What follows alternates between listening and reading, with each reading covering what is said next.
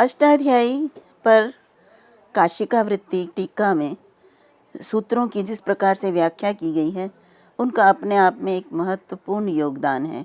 इसीलिए इस व्याख्यान श्रृंखला में काशिका वृत्ति किस प्रकार से अष्टाध्यायी के सूत्रों की व्याख्या करती है उस पर चर्चा की गई है, और वो भी कारकों के संदर्भ में, क्योंकि ये पाठ्यक्रम में निर्धारित हैं, इसलिए कारकों पर काशिका वृत्ति के व्याख्या को जानना बहुत ही आवश्यक है।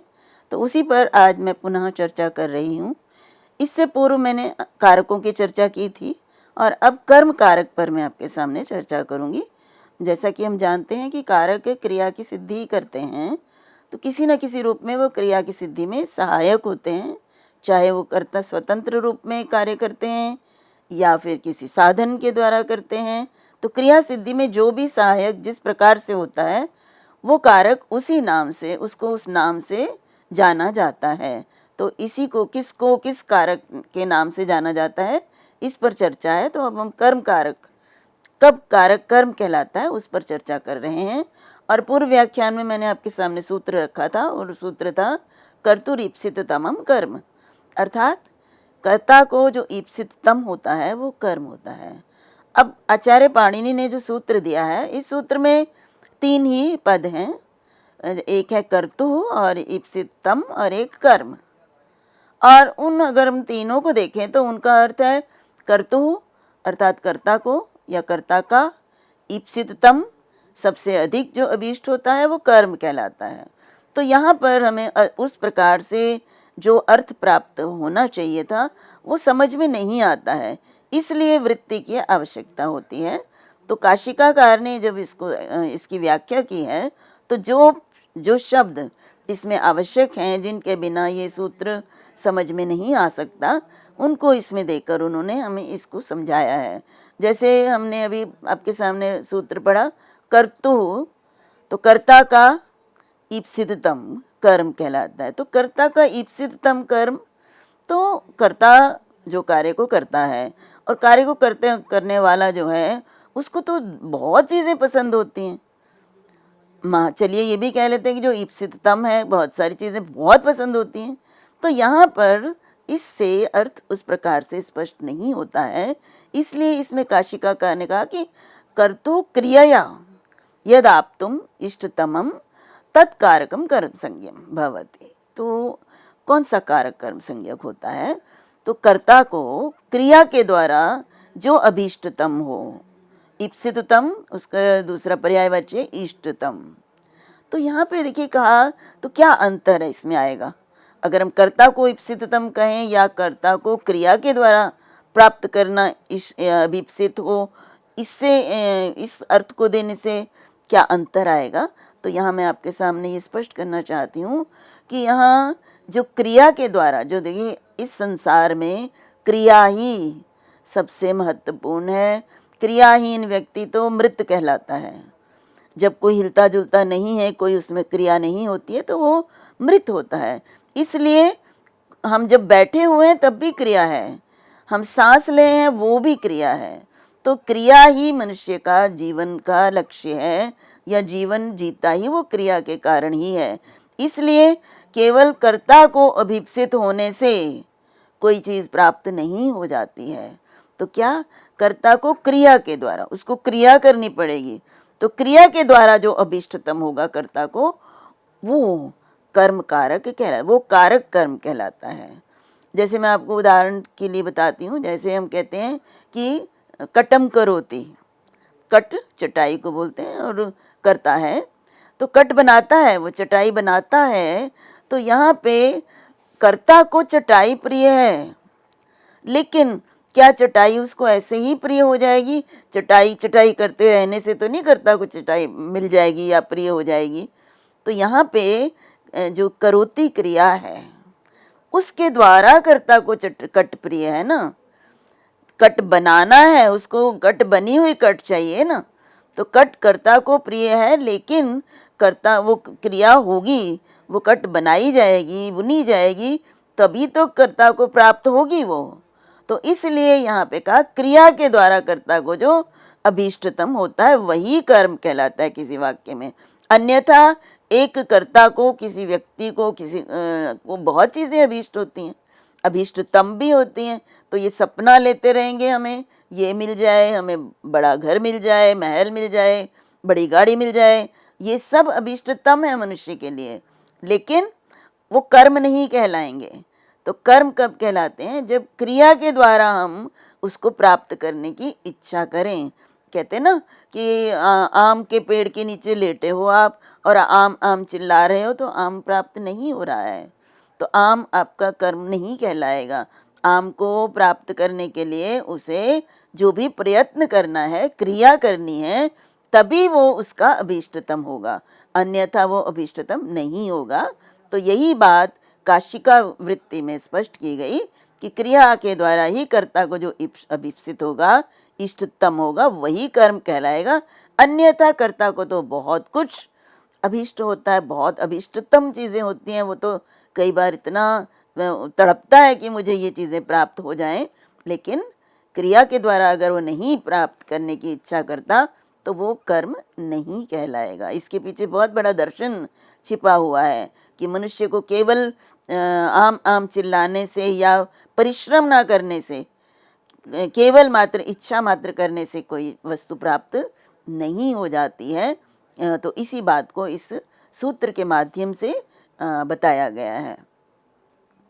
अब यहाँ पे देखिए, सूत्र में जो जो शब्द प्रयुक्त किए गए हैं उनका क्या महत्व है, ये भी तो जानना है ना, कि इनकी क्या आवश्यकता है, इनकी क्या उपयोगिता है।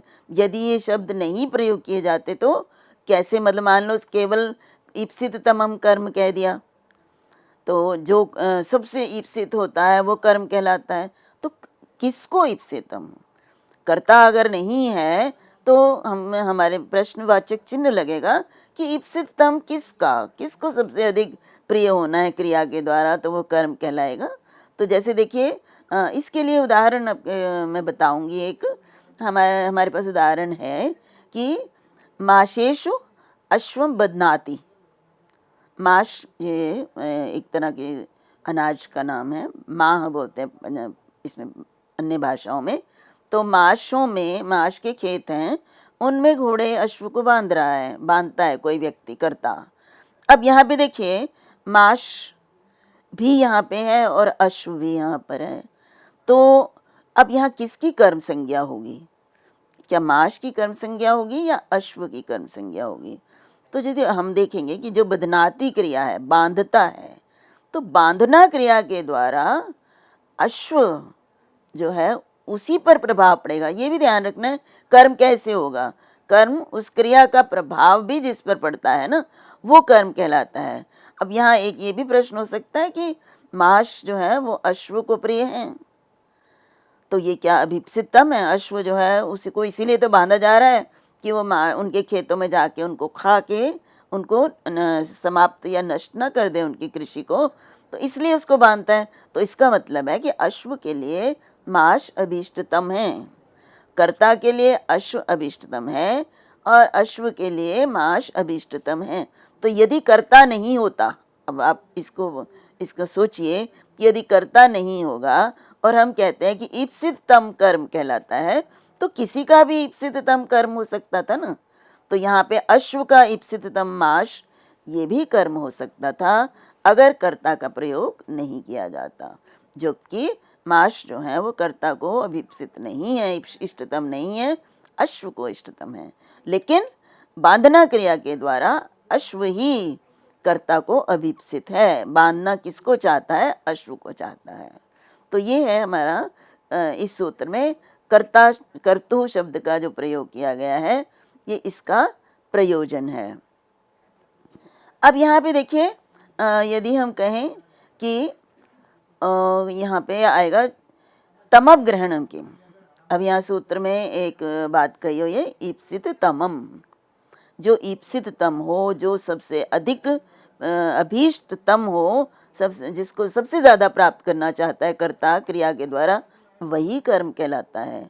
तो वो तमब ग्रहण करने का पहले प्रयोजन होना चाहिए ना, कि तमब ग्रहण क्यों किया? हम ये भी तो कह सकते थे कर्ता को जो ईप्सित है वही कर्म है। तो यहाँ मैं आपको उदाहरण से स्पष्ट करना चाहूँगी कि उदाहरण में यदि मेरे पास उदाहरण है, पयसा ओदनम भुंगते। पयस दूध को कहते हैं। तो दूध के साथ ओदन भुंगते मीन्स खाता है। ओदन कहते हैं कि जैसे दूध में चावल में दूध अगर मिला देते हैं तो जो खीर बनकर तैयार होती है उसको ओदन बोला जाता है। जो खीर से पहले जो चावल होते हैं उनको तंडुल बोला जाता है। तो उन चावलों में दूध को मिलाने पर जो बनता है वो ओदन कहलाता है। तो यहाँ पे वाक्य है हमारे पास, पयसा ओदनम भुंगते, दूध के साथ ओदन भुंगते मीन्स खाता है। खाने वाला कर्ता कोई भी हो सकता है, उसको बार बार कर्ता को बताने की आवश्यकता नहीं है, क्योंकि कर्ता को ही प्रिय होना चाहिए। तो यहाँ देखिए खाना क्रिया है।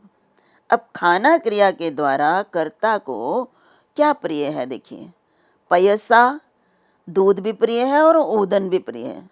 दोनों चीज़ें प्रिय हैं कर्ता को, क्योंकि अगर दूध नहीं होगा तो ओदन नहीं बन पाएगा। तो ओदन अगर नहीं होगा तो अगर चावल नहीं होंगे तो ओदन तो बनेगा ही नहीं। लेकिन दोनों यद्यपि प्रिय हैं, लेकिन अगर ईप्सित तम नहीं कहते और ये कहते कि कर्ता को जो प्रिय है उसकी कर्म संज्ञा होती है, फिर तो पयस दूध की भी कर्म संज्ञा होनी चाहिए, क्योंकि दूध भी तो कर्ता को प्रिय है ना। दूध के बिना तो नहीं बनेगी ओदन। लेकिन यहाँ पर खाना उसको क्या है ये ध्यान रखिएगा। खाना क्रिया के द्वारा किसको खाना चाहता है, वो ओदन को खाना चाहता है।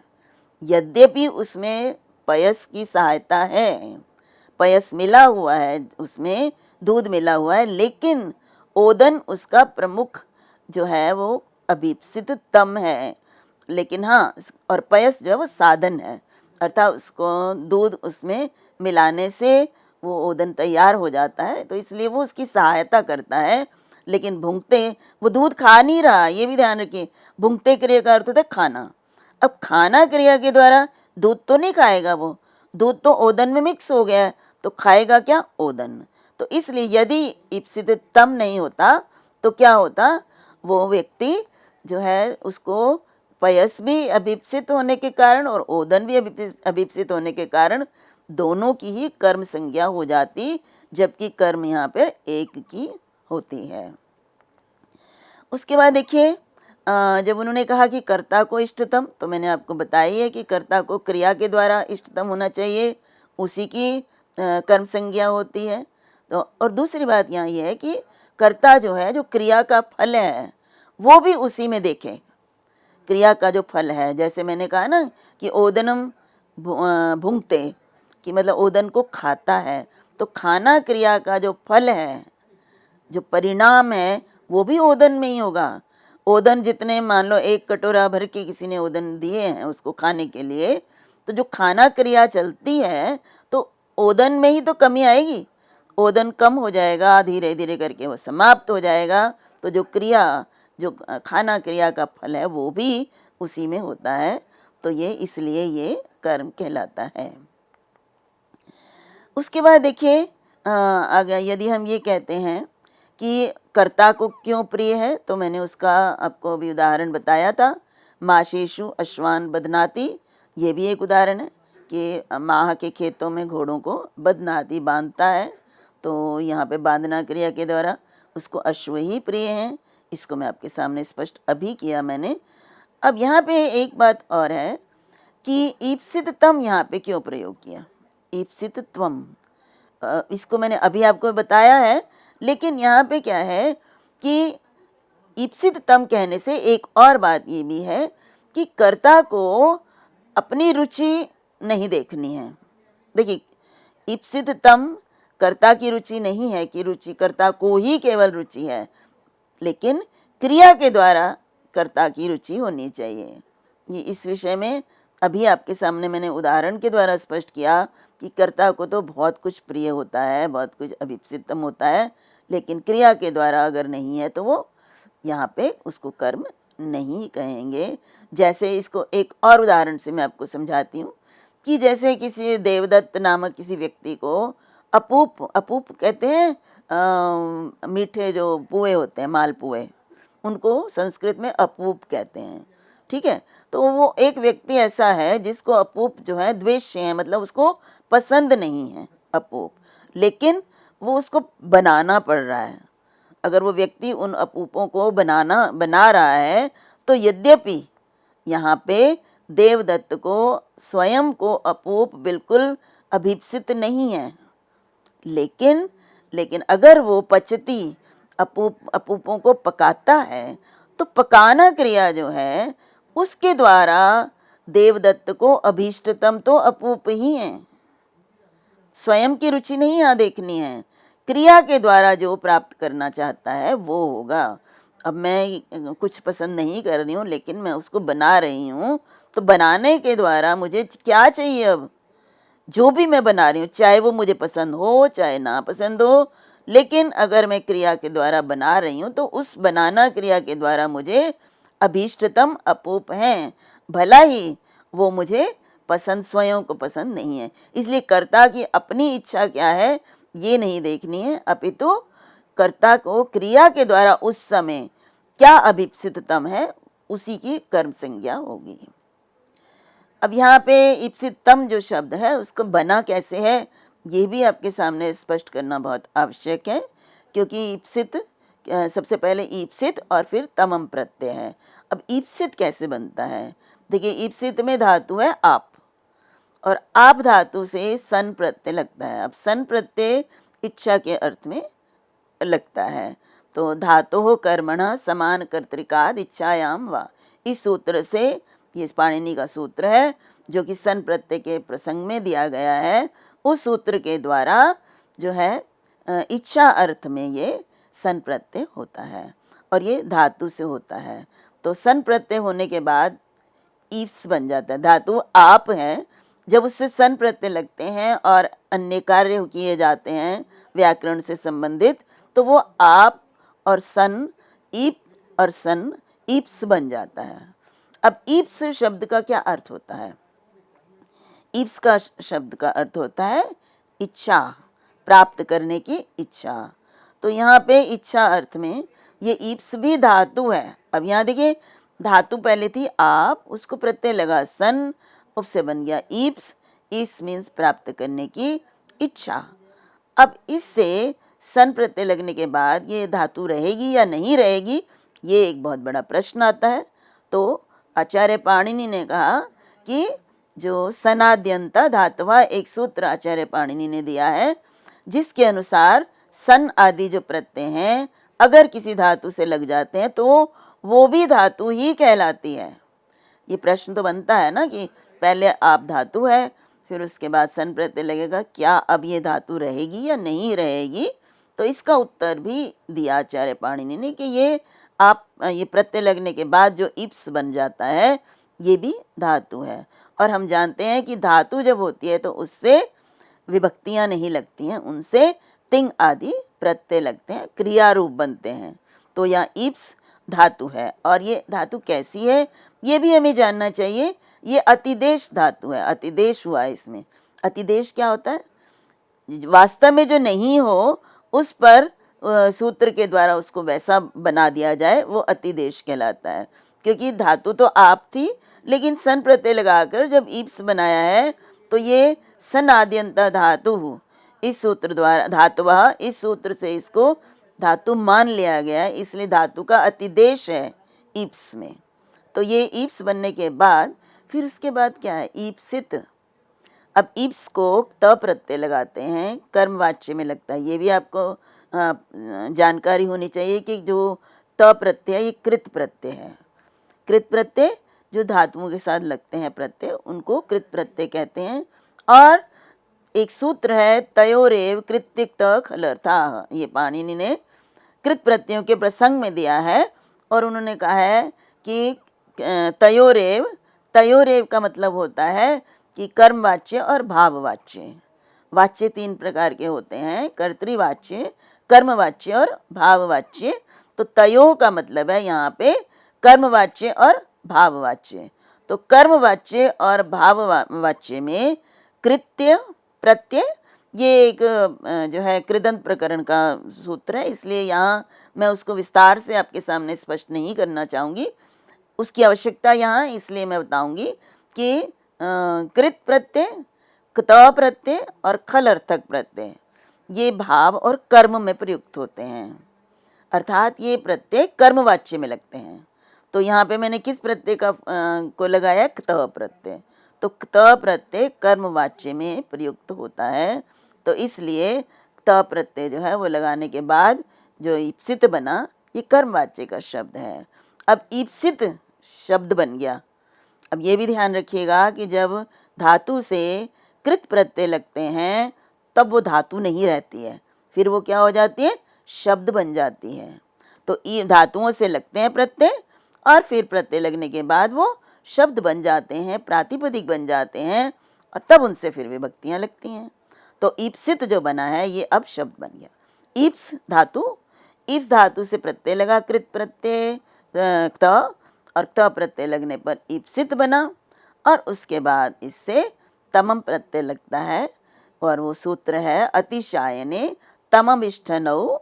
ये सूत्र है अतिशायन। अतिशायन का अर्थ होता है अतिशय दिखाना, बेस्ट है, अतिशय सबसे अधिक। उस अर्थ में तमम प्रत्यय और इष्ठन प्रत्यय ये दो प्रत्यय लगते हैं। तो यहाँ पे तम प्रत्यय लगकर बताया है।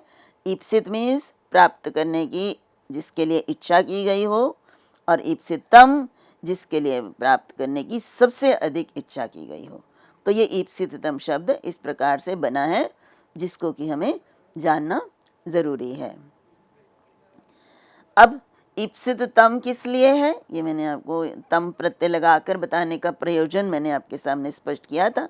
जैसे पयसा ओदनम भुंक्ते उदाहरण द्वारा मैंने आपको समझाया था कि पयस भी उसको प्रिय है, ओदन भी प्रिय है, लेकिन ओदन उसको अभीप्सिततम है, इसलिए उसको ओदन की ही संज्ञा होगी कर्म, और पया जो है वो उस ओदन के संस्कार के लिए, मतलब संस्कार में उसको और स्वादिष्ट बनाने के लिए है, इसलिए यहाँ पे उसकी कर्म संज्ञा नहीं है। अब यहाँ पे देखिए एक और प्रश्न है। सूत्र में कहा है कि कर्तुर ईप्सित तमम कर्म, कर्म शब्द का भी प्रयोग किया गया है, जबकि इस सूत्र से पहले आने वाला एक सूत्र है अधिशींग स्थासाम कर्म। उसका जो संख्या है वो अष्टाध्यायी के प्रथम अध्याय के चतुर्थ पाद का 46वां सूत्र है। जबकि जिस सूत्र की व्याख्या हम कर रहे हैं, जिसमें कि दिया गया है संख्या, वो इसके बाद का है, वो है 1-4-49 कर्तुरीप्सिततमम कर्म। तो उसका तो ये उसकी संख्या ये है। तो हम जानते हैं कि जब हम सूत्र लिखते हैं आचार्य पाणिनि, तो पूर्व सूत्र में अगर कोई शब्द है तो उसे वो दोबारा नहीं देते, उसकी अनुवृत्ति आ जाती है। तो यहाँ पर कर्म की अनुवृत्ति तो पहले से आ रही है, इसको समझना आवश्यक है कि कर्म का प्रयोग किया है आचार्य पाणिनि ने कर्तुरीप्सिततम कर्म में, जबकि पूर्व सूत्र से कर्म की अनुवृत्ति आ रही है, जिनकी संख्या भी बताई है। अधिशींग स्थासम कर्म सूत्र 46वां है और ये उसके बाद 49वां सूत्र है। तो फिर क्यों दिया उन्होंने, प्रश्न तो बहुत बड़ा उठता है ना कि क्यों कर्म पद की अनुवृत्ति उन्होंने की है, जब एक बार आ गया तो दूसरी बार क्यों दिया है। तो इसका जो बहुत बड़ा उदाहरण ये है कि जैसे यदि हम कर्म की अनुवृत्ति नहीं कर्म दोबारा नहीं देते, अगर आचार्य पाणिनि ने कर्म का प्रयोग दोबारा नहीं किया गया, तो पहले जो कर्म की अनुवृत्ति आ रही है ना, उस सूत्र को अगर हम देखें, वो सूत्र है अधिशींग स्था साम कर्म, और वो अधिकरण के प्रसंग में है। उस सूत्र में कहा गया है कि अधिपूर्वक शींग धातु, स्था धातु और आस धातु हो तो उनके जो अधिकरण है, आधार, उनके आधार की कर्म संज्ञा होती है। तो कर्म संज्ञा किसकी होगी, आधार की। यदि हम यहाँ पर कर्म का प्रयोग नहीं करते हैं तो यहाँ पर कर्ता का जो ईप्सिततम आधार है उसकी कर्म संज्ञा होगी और नहीं होगी। आधार के विषय में मैं पहले आपसे विस्तार में बात कर चुकी हूँ, आधार क्या होता है। तो आधारो अधिकरणम सूत्र की व्याख्या में, और उसी की अगर अनुवृत्ति मानते हैं तो यहाँ उसकी जो है आधार की भी अनुवृत्ति होगी, क्योंकि आधार कर्म है। अधिशींग स्थासाम कर्म सूत्र के अनुसार इन उपसर्गों के बाद स्था, शींग, स्था और आस धातु जो है ना वो आए तो उनके आधार की कर्म संज्ञा होती है। तो अगर मैं दोबारा कर्म यहाँ नहीं होता है तो आधार की कर्म संज्ञा हो जाएगी। तो मैं उदाहरण से आपको समझाना चाहूँगी कि जैसे मैं कहती हूँ गृहम प्रविशति, देवदत्तः, देवदत्त साथ में ले लेते हैं कि देवदत्त घर में प्रवेश करता है। तो यहाँ पे क्या है कि प्रवेश करना क्रिया है और प्रवेश करना क्रिया के द्वारा देवदत्त को सबसे प्रिय क्या है? घर। प्रवेश करेगा किस में करेगा? घर में करेगा ना। तो घर जो है देवदत्त को प्रवेश करने के लिए अभीष्टतम है। इसलिए जो गृह, घर संस्कृत में गृह बोलते हैं, तो ये गृह जो है वो कर्म कहलाएगा। अब यहाँ पे जो गृह है ये आधार है। आधा घर में प्रवेश करता है ना, तो घर क्या है? आधार, जिसके अंदर प्रवेश करेगा। तो यहाँ तो आधार की कर्म संज्ञा हो जाएगी। ठीक है, आधार होने के कारण गृह की कर्म संज्ञा हो जाएगी। कर्ता को इप्सिततम है, आधार है और इसकी कर्म संज्ञा हो जाएगी। तो लेकिन अगर मैं उदाहरण देती हूँ कि देवदत्ता ओदनम पचती, तो ये पकाना क्रिया है, उसका आधार तो नहीं है ओदन। क्या मतलब ओदन आधार क्या होता है? जिसके अंदर कोई चीज़ मान लो पचती, पकाता है, तो थाली जो है, पतीली, वो तो आधार है, उसमें पकाता है, लेकिन ओदन तो आधार नहीं है ना। तो अगर कर्म दोबारा ना दिया होता तो फिर ओदन आधार नहीं है, इसलिए इसकी कर्म संज्ञा नहीं हो सकती थी। इसलिए यहाँ दोबारा आचार्य पाणिनि ने कर्म कहा, ताकि जो आधार नहीं है, इप्सिततम है कर्ता का, उसकी भी कर्म संज्ञा हो जाए। तो अभी के लिए इतना ही। अगले व्याख्यान में मैं इस सूत्र की और व्याख्या आपके सामने प्रस्तुत करूँगी। तब तक के लिए सभी को नमस्कार।